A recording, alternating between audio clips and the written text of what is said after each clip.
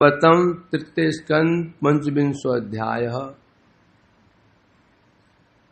और श्लोक चला हमारा 863 श्लोक आज प्रारंभ होगा। तो का श्रवण किया हमने 67 में भगवान ने कहा था मेरे भक्त मेरी माया द्वारा सृष्ट कोई वस्तु नहीं चाहते।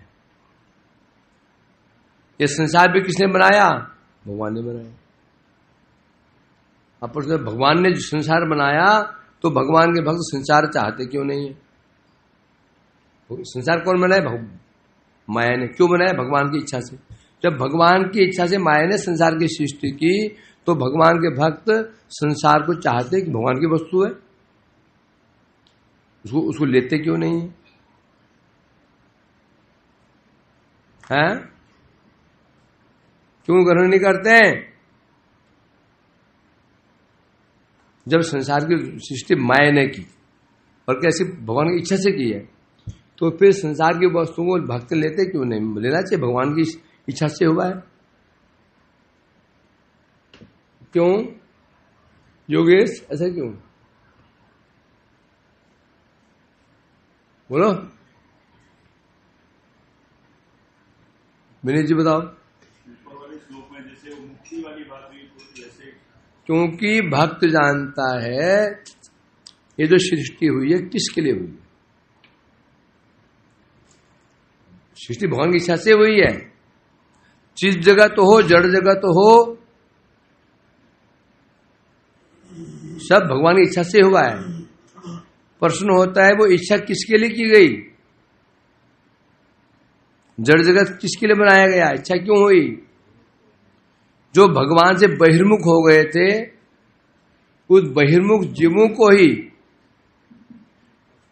क्या उनकी समस्या क्या थी? भगवान को भूल करके उन्होंने भोग करने की इच्छा की, संसार भोग करने की इच्छा की। अशुद्धा सिद्धांत है, जब तक भोग करेगा, भोग करके दिखेगा नहीं, जो दुख है छोड़ेगा नहीं। एक व्यक्ति वो होता है वो देख के समझ जाता है, एक सुन के समझ जाता है, एक देख के समझ जाता है, एक ठोकर खाए समझता है। समझा कि नहीं? एक वो होता है सुन के समझ गया, ऐसा ये नहीं करना चाहिए, गलत है, खतरनाक है। एक होता है सुनकर, नहीं पहले सुन करके सुना है तो समझ गया, नहीं ये जो कह रहे वहां वो ये रास्ता अच्छा नहीं है, ये मार्ग अच्छा नहीं है, सुना है यहां पर डकैती होती है, चिंता हो जाती है, तो यहां नहीं जाना, सुन के समझ गया। दूसरा होता है जो देख करके गया, देख करके देखा 10-20 4-5 लोग वहां से लूट पीट करके आए हैं, डर गया। तीसरा हुआ देखूं तो सही, जाके वो गया, जब लूट पीट गया तो हाँ ठीक, बस अच्छा है, यहां से नहीं जाना चाहिए। और 3 लोग हैं, एक सुन करके साधु गुरु के मुख सुन करके संसार दुखमय है, नाशवान है, दुखमय है। हाँ, बस साधु लोग कह रहे हैं, जो संत पुरुष कह रहे हैं तो दुखमय ही होगा। छोड़ते क्यों? विषय भोग कौन छोड़ता है? राजपाट छोड़ दिया मेरा भाई ने, वो राजपाट छोड़ दिया मेरा भाई जी ने, स्त्री होते हुए भी है। बड़े बड़े सनातन गोस्वामी ने पूरा राजमंत्री पद छोड़ दिया,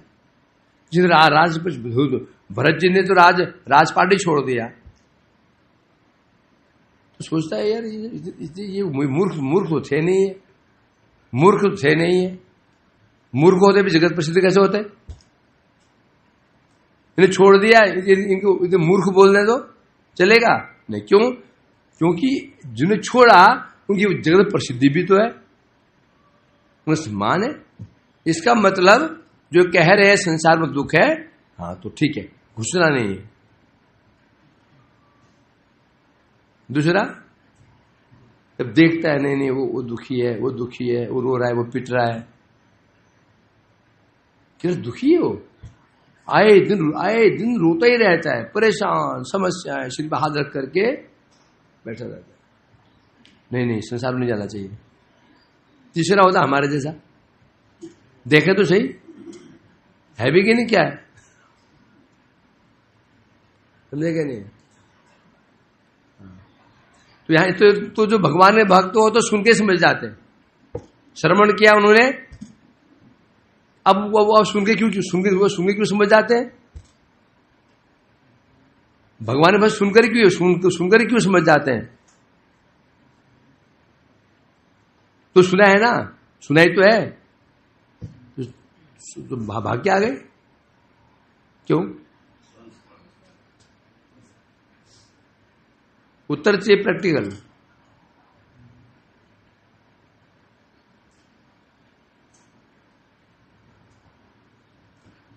जिसने कहा भाई इस मार्ग में मत जाना, ये मार्ग खतरनाक है, अब प्रश्न उठता है कहा, तुमसे कहा किसने। तुम्हारा अत्यंत प्रिय मित्र तुम्हारे माताजी पिताजी ने कहा हो, तो ये मम्मी पापा कह रहे, तो तुम क्या कर लोगे, समझा क्या नहीं। अब जो हमें कह रहा है दुखमय है, अब प्रश्न उठता है हमें विश्वास होगा नहीं होगा। हमें कौन कह रहा है, कौन हमसे कह रहा है।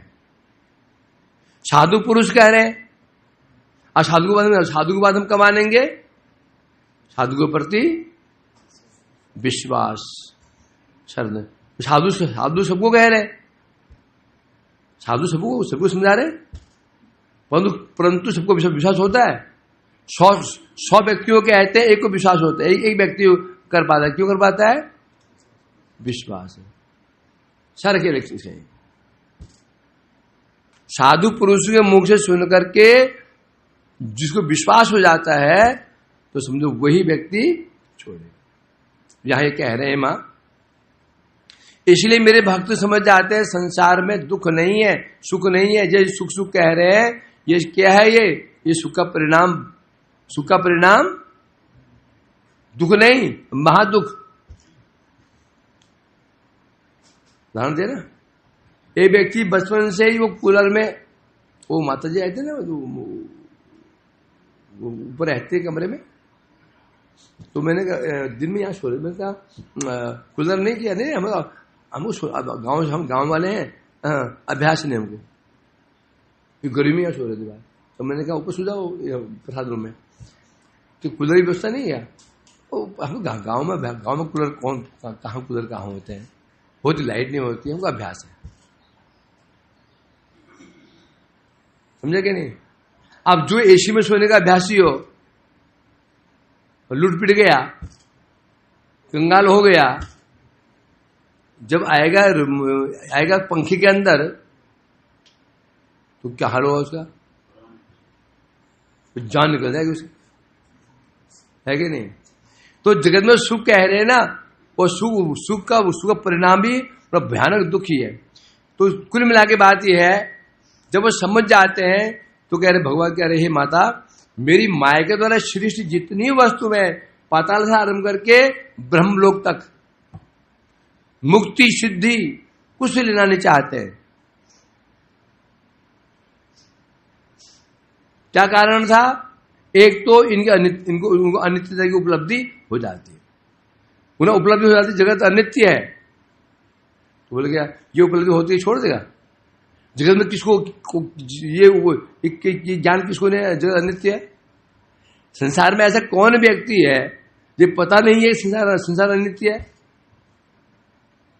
किसी घर में कोई आदमी किसी मृत्यु नहीं हुई होगी। एक मां का पुत्र मर गया 11-12 साल का, स्वाभाविक है ना। यदि बच्चा मर जाए जन्म होते ही, मां को ज्यादा कष्ट नहीं होता, रो पीट के एक दिन में भूल जाती है, भूल जाती है। 10-11 साल पाला पोसा हो और मर जाए तो मर गया, और बहुत विलाप कर रही है, रो रही है, हैं? और वो आश्रम में जाती थी, मठ में जाती थी सुनने के लिए, श्रद्धा भी थी गुरुजी के पास में कि गुरुजी मेरे पुत्र मर गया, मैं क्या करूं, मैं तो जी नहीं सकती। उन्होंने कहा तेरे पुत्र को मैं जिंदा कर दूंगा, बस मुझे एक चम्मच नमक चाहिए, एक चम्मच नमक चाहिए, और नमक उस घर से होना चाहिए जहां किसी मृत्यु नहीं हुई हो। वो उसने सोचा एक चम्मच नमक, उन्हें ये सुना एक चम्मच नमक, चम्मच लिया, दौड़ी गांव में, याद आया उसकी मृत्यु नहीं होनी चाहिए, पहले घर में गई, दाल खट रहा है, घर वाली बाहर आई, मुझे एक चम्मच नमक चाहिए, बस एक चम्मच नमक। वो बोले डिब्बा ले जाओ। फिर याद आया, उसने पूछा क्या तुम्हारे घर में किसी मृत्यु हुई है? मृत्यु हुई है। परदादा गए, दादा गए, नाना गए, अभी 4 दिन मतलब मेरे बाप मरा है। अरे नहीं चाहिए।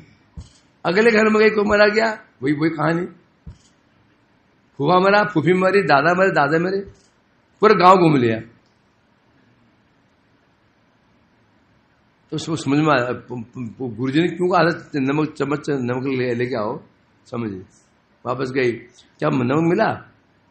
नहीं। क्यों, क्या हुआ? एक चम्मच, एक गांव में एक चम्मच नमक नहीं मिला, एक चम्मच नमक मिल रहा था। गुरुजी घर में, हर घर में मृत्यु हुई है, तो अब तुम कैसे सोच ले तो तुम्हारी बेटी की मृत्यु नहीं होगी? जगत ही ऐसा है। शांत हो जाओ। तो अब ये प्रश्न होता है, ये जब देख ना, साधु ने कह दिया ये संसार अनित्य है, ये जान लेने मात्र से क्या संसार छोड़ देगा? साधु में 2 चीज देते हैं, एक जगत की अनित्यता को उपलब्धि कराते हैं, संसार नाशवान साथ में फिर वैकुंठ की महिमा भी बताते हैं। समझे? अनित्य है मायावती, क्या अनित्य है, नाशवान है, अनित्य है, नाशवान है, डरा देते हैं। परंतु साधु क्या, वैष्णव संत क्या करते हैं? 2 चीजें, संसार दुखमय ये दिखाते हैं और साथ में ये भी दिखाते रहते हैं तो सुख कहां पर है। इसीलिए जब वो सुखमय, जब सुनता है वैकुंठ बड़ा सुखमय वस्तु है, साधु उसको विश्वास ही है, तो जड़ वस्तु को परित्याग कर देता है और वैकुंठ के लिए चेष्टा शुरू कर देता है। ये कहानी है, कहानी ऐसे होती है। आगे बढ़ते हैं। हाँ, तो कल आया था, मेरा भक्त भुक्ति मुक्ति सिद्धि यहां की वैकुंठ में नहीं चाहता, परंतु वैकुंठ तो उसके लिए उपादेय है। भुक्ति मुक्ति हानिकारक है, वैकुंठ तो उसको उपादेय है, तो चाहता नहीं है। देंगे नहीं, देंगे क्यों? ये भक्त वात्सल्य का लक्षण है। पिताजी बोले बेटा तेरी पैंट तो फटी हुई है। पापा जरूरत नहीं है ना, ये मैंने कल दर्जी के पास गया था, मैंने रफू करवा लिया। आजकल तो फैशन ही है, आगे फाड़ लेते हैं, पीछे आगे फाड़ लेते, फट गया, पहले बन गया। अब पिताजी ने उसको पैंट नहीं चाहिए, फिर पिताजी क्या करेगा? अच्छा पैसा बच गया है। यदि पुत्र सत्पुत्र है और चाहे ना चाहे नई पेन ला करके हाथ में पकड़ा देगा। और किसका? और खराब पुत्र हो तो फट गई। दर्जी के पास उठना टल्ली लगवा, टल्ली ना नहीं, टल्ली होती है, कपड़ा लगा दे। दर्जी बाजा वो घुटने फट गए ना, और 2 रुपये टल्ली लगा देगा। और वो बेचारा वो टल्ली लगाने गया, टल्ली नहीं, उसको लाके दे दिया। किसका लक्षण है ये?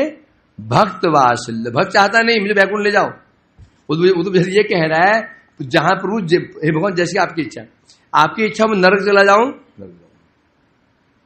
राजा बना दो, कीड़ा बना दो, बस आप प्रसन्न रहिए। तो यदि वो भक्त सोचे पुत्र कहे पिताजी क्या क्या पैसे क्या जरूरत है, पैंट तो ठीक है, तो पहने तो सिलाई करवा लूंगा।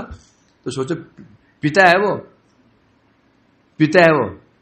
क्या रह पाएगा उसको नहीं पहन लाई बिना? यदि मांग लिया तो सत्पुत्र ही नहीं है। ये भक्तों की विशेषता है, मांगते नहीं है,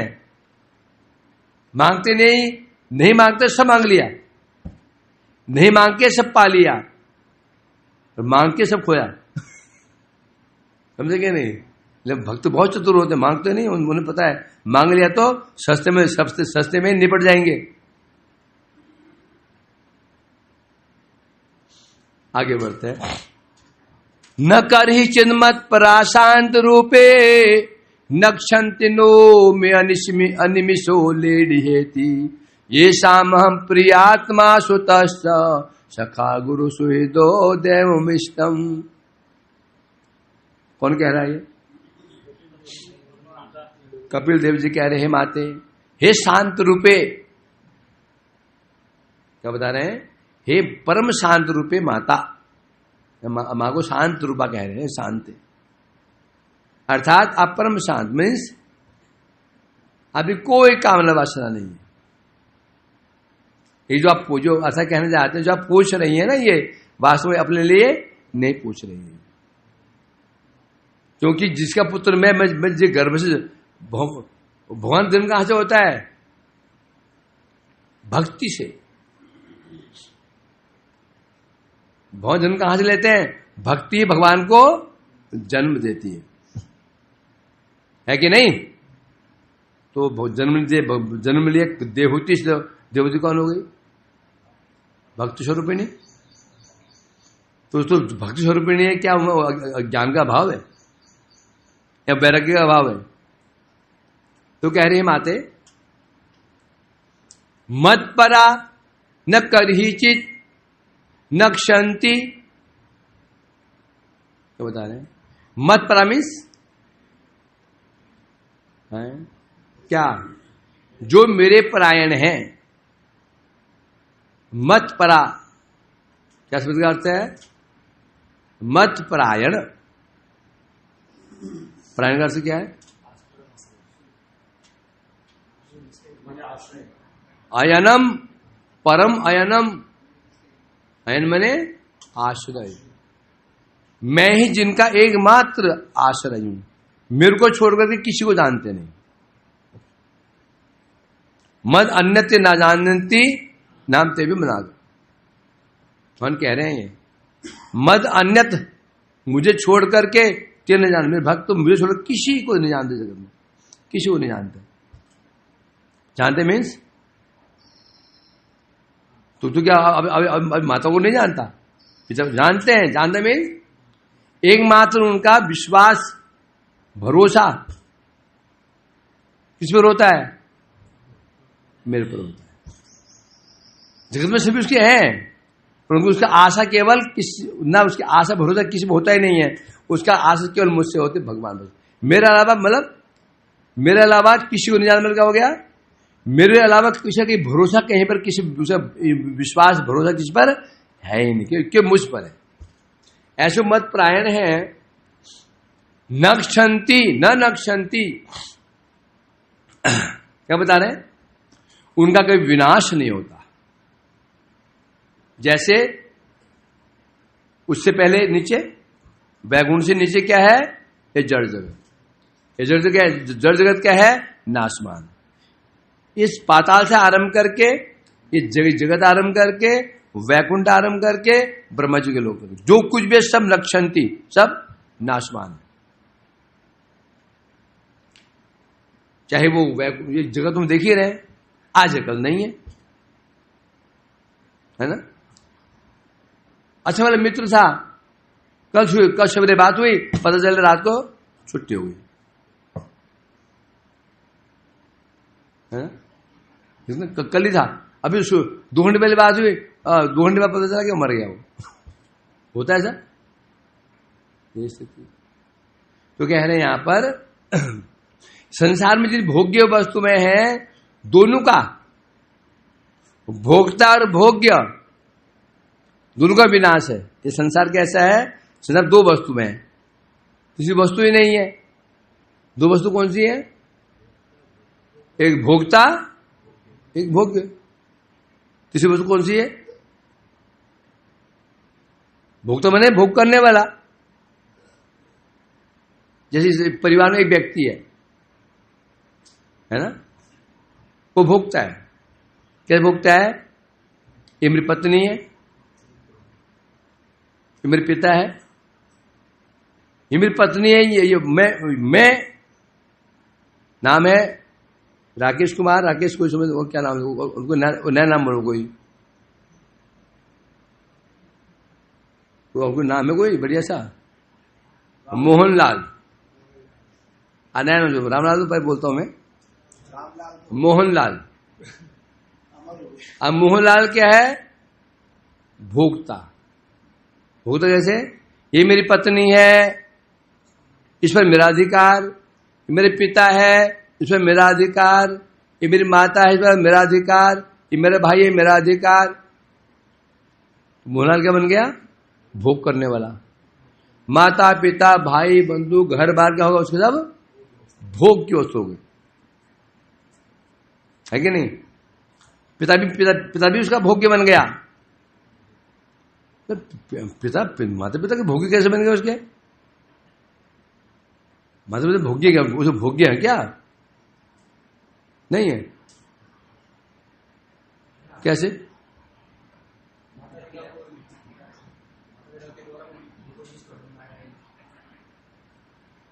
यदि कोई व्यक्ति उसे माता पिता की सेवा भी करता है, वो तो कुछ देते भी हैं, बाद में उसको क्या बोलेगा?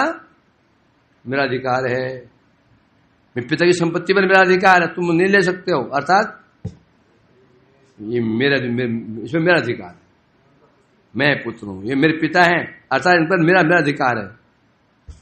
हुआ ना? जगह में दो ही संबंध है बस। अब भोगता है, अब भोग्य। चौथे क्या बताओ? ये मेरा कुत्ता है, मैं भोगता, कुत्ता भोग्य। ये मेरा घर है, मैं भोगता, घर भोग्य। मेरी पत्नी है, भोगता भोग्य। पुत्र है, पुत्र भोग्य, मैं भोगता। मेरे भाई है, वो भोग्य, मैं भोगता। अर्थात मेरे माता पिता मेरे लिए ही करें, उन्हें मेरे लिए करना पड़ेगा, किसी और को नहीं कर सकते हैं, गोली मार देंगे। पिता ने कहा, बेटा ये संपत्ति में तो घोड़े मरकू देने वाला हूं, घोड़े मरकू देने वाला हूं। उसी रात पिता को मरवा करके पुत्र के नाम आने वाली है। ऐसे कहानी रच ली, डकैत आए, जैसे मर्डर कर दिया, छुट्टी हो गई। कई साल पहले पेपर में आया था, ये अलीगढ़ में कोई था, वो आदमी था रेलवे में। अब कल परसों वो होगा रिटायर। जब मालूम है ये कोई गवर्नमेंट सर्विस में है, ऑन ड्यूटी मर जाता है, तो उसकी सर्विस बेटे को मिल जाती है, होता है। तो एक दिन रह गया था, एक दो दिन रिटायर होने में। अब बेटा था उसका बेरोजगार था। तो इन्हें पिताजी को साइकिल बिठा करके ये घुमाने के लिए ले गया और पटरी पर उसको मार करके फेंक दिया। आके हल्ला उल्ला कर दिया कि पिताजी आए थे, मैंने कौन किडनैप करने लेके चले गए, और अपने को चोट मार ली, तो अपने चोट मार ली और खून लथपथ होकर वापस आया कि मार दिया। वो सोचा कि पिताजी मर जाएंगे, नौकरी। अब पुलिस अपने में आ जाती है तो भी बचना। खोज लिया कि इसने मारा, पकड़ मारा, क्यों मारा तूने? कि नौकरी के लालच में। सोचो बाबू, समझा कि नहीं? जगत में ऐसे ही होता है। ये संसार का सुंदर स्वरूप है, संसार का मनमोहक स्वरूप है ये। और अपने स्वार्थ के लिए पुत्र मां की हत्या कर सकता है, मां बेटी की हत्या कर देती है। इतना सुंदर संसार है, कितने सुंदर संबंध है। ये संबंध कितने मनमोहक संबंध है संसार के। थोड़ी बाधा पड़ते ही वो संबंध कहां चले जाते हैं? छुट्टी। तो ये कह रहे हैं यहां पर, तो संसार में संसार कहने से पाताल से आरंभ करके ब्रह्मा जी के लोक तक, भोक्ता और भोग्य सब नाशवान है। इंद्र भोक्ता, स्वर्ग भोग्य। इंद्र भी नाशवान, ब्रह्मा भोक्ता, ब्रह्मलोक भोग्य। ब्रह्मा का नाश और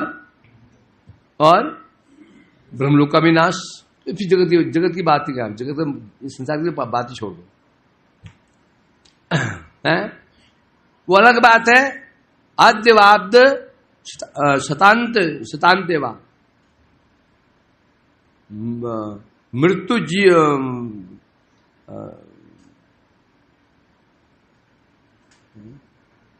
मृत्यु जन्मताम वीर देहन से जाए थे। कौन कहा था ये? जब कंस ने सुना कि देवकी के पुत्र में मारने वाला है, रथ से उतरा, तलवार निकाली और बाएं हाथ से बहन की चुटिया पकड़ी और तलवार से उसे गला काटने जा रहा था।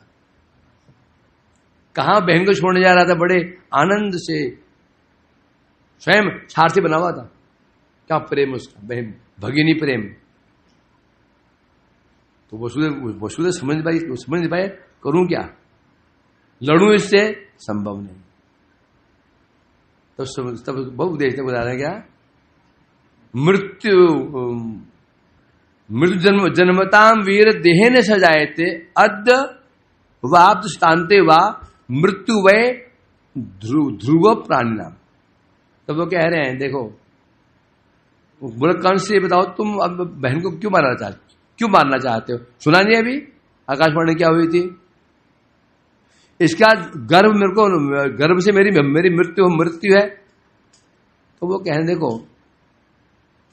क्या, मृत्यु जन्मतांग वीर है, वीर कंस, जो तुम मृत्यु डर रहे हो ना, मृत्यु क्या होता है? देहने से जाए थे। जब देह की उत्पत्ति होती है, बाहर नहीं, गर्भ में ही, जब जीव गर्भ में, जब गर्भ में जीव देह प्राप्त करता है, उसी समय मृत्यु की उत्पत्ति हो जाती है। देहने से जाए थे, जन्म नहीं, अब गर्भ में ही है, तभी लिख दिया गया मृत्यु इसकी कितनी है, कब तक कब मरेगा ये। हे वीर, जन्म के साथ ही साथ देह के साथ मृत्यु का भी जन्म होता है। अद्य वाब्द, आज हो, 10 दिन परे हो, स्थानते वा 100 वर्ष परे हो, मृत्यु ध्रुव, प्राणी की मृत्यु निश्चित है। तो यहां कह रहे हैं इस संसार में जितनी वस्तु में भोक्ता हो या भोग्य हो, एक न कौन एक समय कभी न कभी उनका नाश निश्चित है। परंतु मत परायण, जो मेरे परायण है, जिनका आश्रय केवल मैं हूं, जो मेरे भक्त होते हैं, न नक्षंती, न उनका नाश होता है, न उनकी भोग्य वस्तु का नाश होता है। क्या होता है?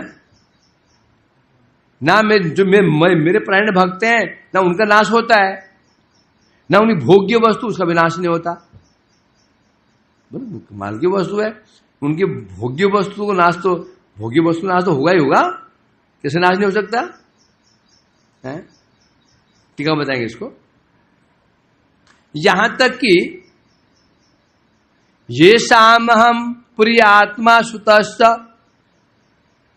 जिन्होंने मुझे अपना प्रिय मान लिया, अपना बंधु मान लिया, अपना पुत्र मान लिया, अपना सखा मान लिया, अपना गुरु मान लिया, अपना सुहृद मान लिया, अपना देवता मान लिया, तो न लेढ़ी,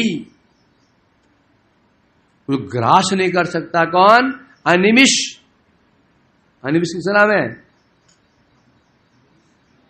काल। अनिमिष क्यों?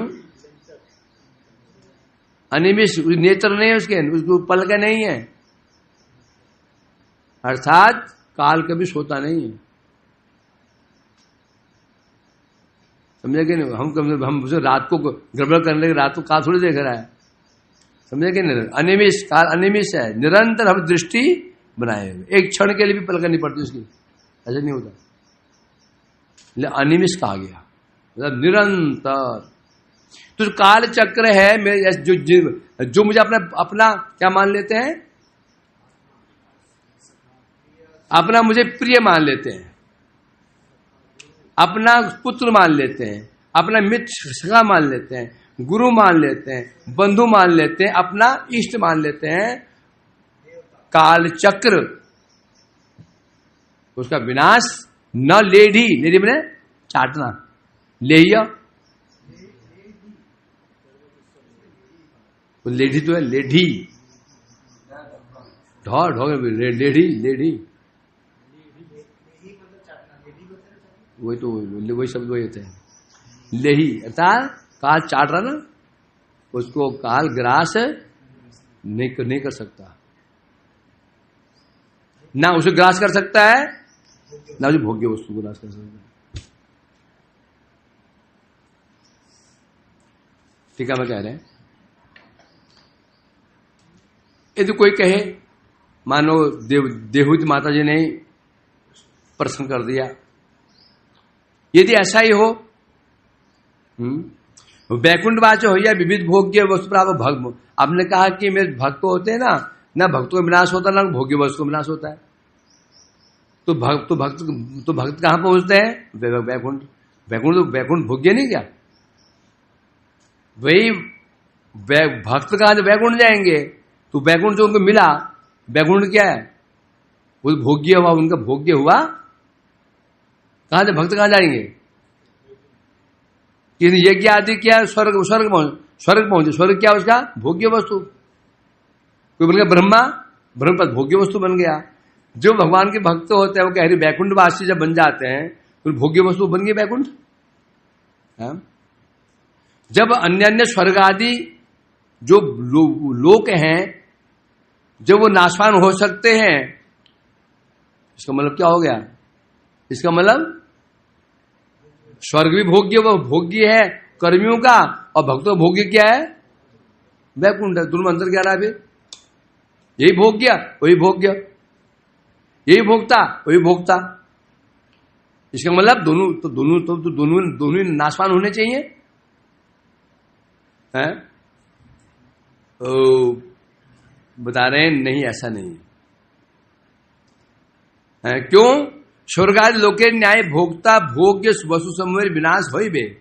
हाँ, पाताल से आरंभ करके ब्रह्मा जी के लोक तक यहां जिन्हें भोक्ता भोग्य है उनका विनाश हो जाता है निश्चित, कोई संदेह नहीं है।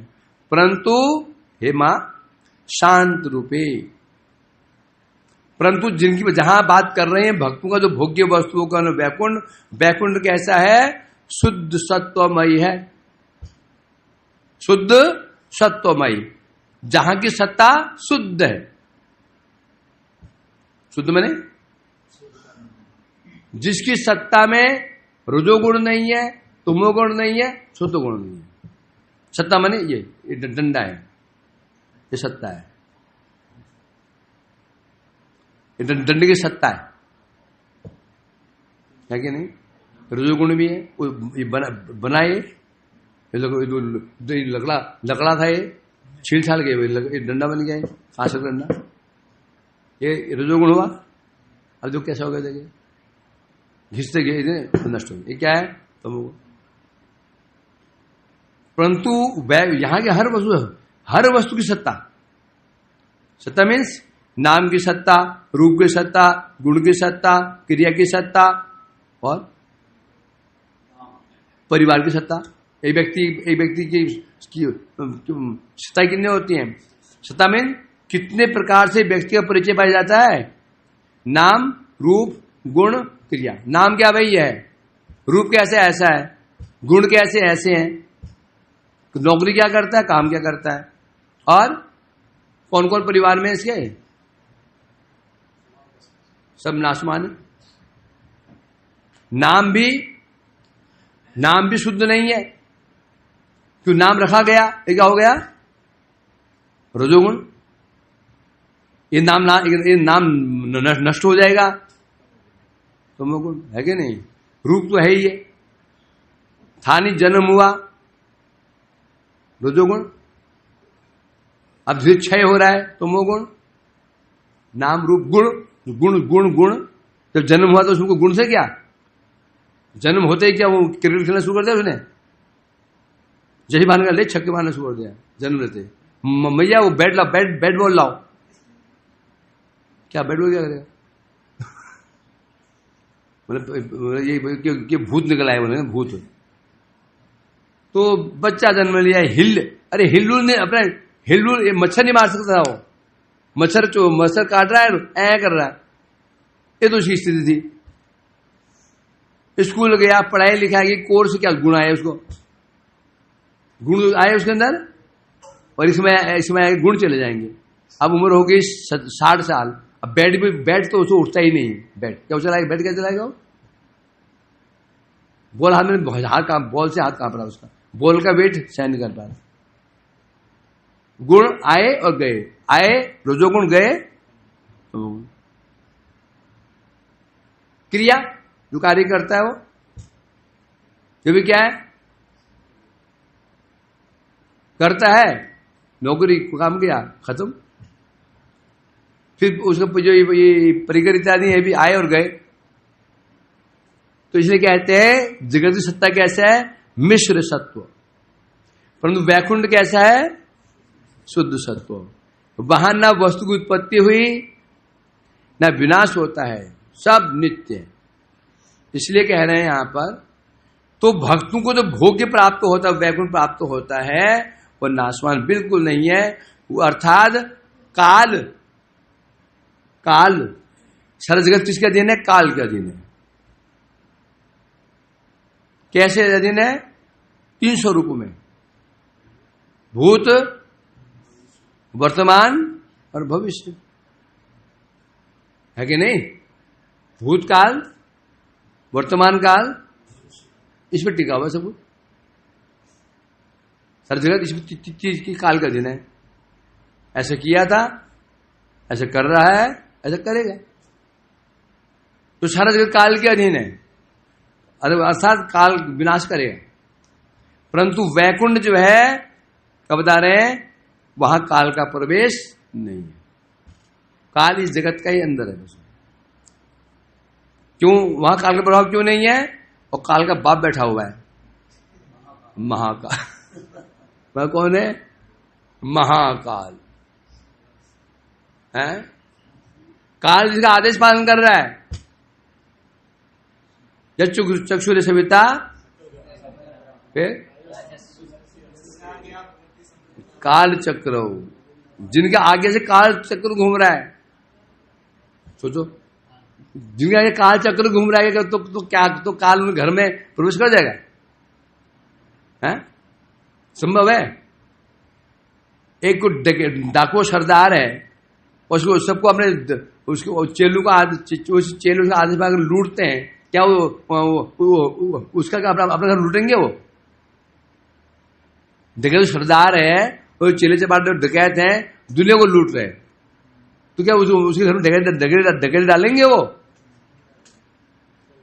काल जगत तो खा रहा है। अरे वो जो उसको आदेश देने वाला महाकाल है, वहां किस प्रभाव डालेगा काल बना? अर्थात हे माते, विनाश प्राप्त हो ना, जब मेरा भक्त वैकुंठ चला जाता है, मेरा पार्षद बन जाता है, ना उसका विनाश होता है और ना वैकुंठ का विनाश होता है। अर्थात भोक्ता और भोग्य दोनों ही नित्य। और तो बहुत दूर की बात छोड़ दो, इस संसार में भी काल केवल शरीर को नाश कर सकता है, आत्मा का नहीं। जो आत्मा है ना, जीव आत्मा है, काल का प्रभाव उस पर भी नहीं है। जो आत्मा है वो भी काल के प्रभाव से ऊपर है। बस काल प्रभाव कहां तक है? ये शरीर, तो बस ये शरीर प्रभाव डाल सकता है काल, इसको विनाश कर सकता है, इसको जन्म दे सकता है, परंतु आत्मा को न जन्म दे सकता है न मार सकता है। चलो, इस प्रकार से देव कपिल देव जी माता जी को हमें समझा रहे हैं। माधु क्या समझाएंगे? हम समझने को राजी नहीं है, हम समझने को राजी नहीं है। तो आप समझाए जाओ, हम तो लास्ट में वही पहले झाड़ देंगे। हैं जेठ से बाहर झाड़ के यही की ये वस्तु है, मतलब यहाँ की वस्तु यही रहे। चलो सुनाओ।